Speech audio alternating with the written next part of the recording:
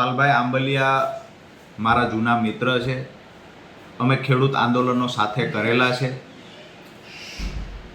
108 દિવસ જેટલો સમય જેલમાં રહ્યા તો સ્વાભાવિક છે કે મિત્રતાના નાતે આજે પાલભાઈ મળવા આવ્યા હતા. પાલભાઈની સાથે અમુક સ્વાભાવિક છે કે પાલભાઈ કિસાન કોંગ્રેસના ચેરમેન છે તો એની સાથે અમુક નેતાઓ પણ સાથે હોય, પણ વાત એ છે કે મિત્રતાના નાતે આજે મળવા આવ્યા હતા અને ઘણી બધી અમારે જે એક પારિવારિક ભાવથી જે ચર્ચાઓ થાય એ ચર્ચાઓ થઈ છે.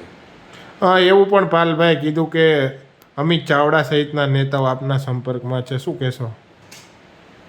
પાલભાઈ મને સ્વાભાવિક છે કે આમંત્રણ આપે, પણ મારી એ વાત છે કે આવનાર સમયમાં જોશું, વિચારીશું. પાર્ટી જોઈન કરવાવાળો વિષય અત્યારે કોઈ છે નહીં.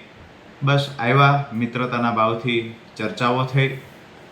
આવનાર સમયમાં જે ટૂંક સમયમાં અમે એક ખેડૂત મિટિંગનું આયોજન કરીએ છીએ, જેમાં અમારા જે ખેડૂત કાર્યકર્તાઓ છે આ કાર્યકર્તાઓ સાથે મળવાના છીએ. જે અત્યારે મુદ્દાઓ છે જે ખેડૂતના, જે ખેડૂતોને પીડા આપે છે, હું જેલમાં હતો એ દરમિયાન જે સ્થાનિક પ્રશ્નો ઉદ્ભવ્યા છે તો એને લઈને પણ જે નાની મોટી રજૂઆતો કરવાની હોય તો એને લઈને અમે અત્યારે આગળ વધી રહ્યા છીએ. કોઈ રાજકીય પાર્ટીના આગેવાનો મળવા આવે સ્વાભાવિક છે, એમના તરફથી જે કોઈ વાત મૂકવામાં આવે, પણ પાલભાઈ તરફથી એક મિત્રતાના ભાવે ખબર અંતર પૂછવાની વાત હતી.